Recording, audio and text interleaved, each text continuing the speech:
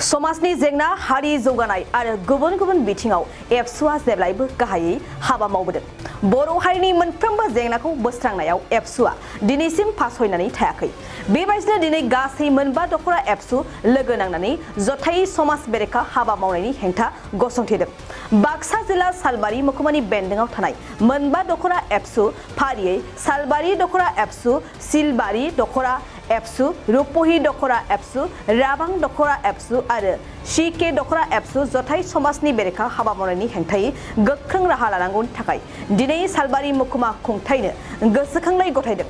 फोरमायनाय बादिब्ला आबिर फोरबोनि मुङाव ओनसोलनि दाब दाब जायगाफोराव जौ जुवा थिर खेला होनाय बायदि बायदि समाज बेरेखा हाबा मावनायखौ नोजोर होनानै बेफोरखौ होबथानांगौनि थाखाय बे गोसोखांलायखौ गथायदों। गिबियावनो बड'लेण्ड बुब्लि आरो बर' खौरांनि नायगिरि गासैनिसिमबो आरो बै खौरांगिरि बिथांमोननिसिमबो गिबियावनो गाहाम हामलायनायखौ बावहरग्रोबाय।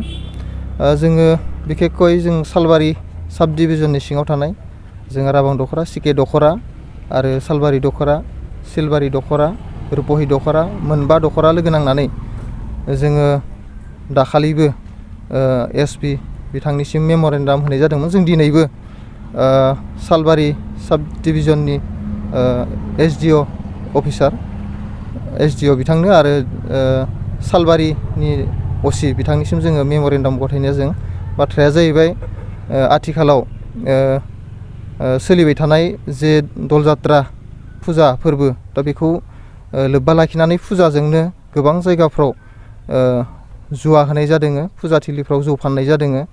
दा बेफोरनि हेंथायै जोङो बेवहाय मेम'रेन्डाम लिरनानै जों बिथांमोननो गथायनाय जादों। बेफोरनि सायाव जोङो गोख्रोङै एक्सन लानो थाखाय खावलायनाय जादों।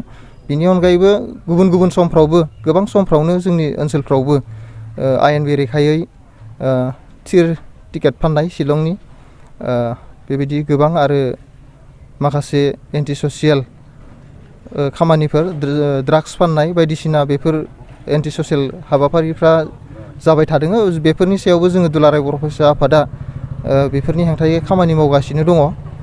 दा जोङो माब्लाबाबो समाज बेरेखा हाबाफारिफोरजों जोङो कमप्रमाइस खालामनाय नङा। बेनि थाखाय बा बेनि सायाव जोङो दुलाराय बर' फरायसा आफादा बिनि हेंथायै जोङो खामानि मावबाय थागोन।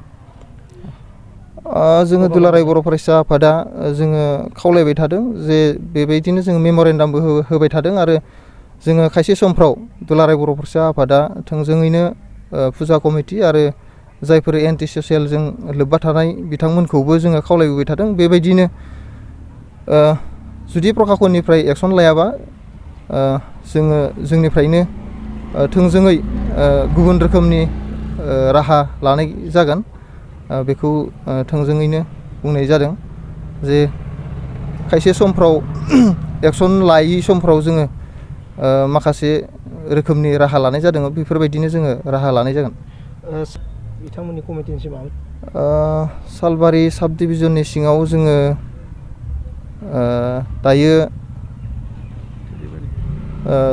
रुपहि दख'रानि बेन्दोङाव थानाय थुरिबारि देउलसालि दा बेवहाय फुजा मोनसे जाबाय थादों आरो सिके दख'रानि बेन्दोङाव थानाय मोनसे फुख्रिपारा होननाय जायगायाव दा बेवहायबो फुजाया सोलिबाय थादों। दा बिथांमोनखौ जोङो खावलायनाय जादों आरो बिथांमोना जुदि मानियाब्लाथाय जोङो गुबुन रोखोमनि राहा लानाय जागोन। মটৰচাইকেল গ্ৰাহকসকললৈ এটা ভাল খবৰ। বাজাজ মটৰচাইকেলে আনিছে বহুমূলীয়া অফাৰ। বাজাজ মটৰচাইকেল চলাই ভাল পোৱা গ্ৰাহকসকলৰ সুবিধাৰ্থে দখ'ৰ অটো এজেন্সিয়ে লৈ আনিছে মেগা লোন আৰু এক্সচেঞ্জ মেলা। অহা 22, 23 আৰু 24 মাৰ্চত বডোলেণ্ড গেষ্ট হাউচৰ সমীপত অনুষ্ঠিত হ'ব এই মেগা লোন আৰু এক্সচেঞ্জ মেলা।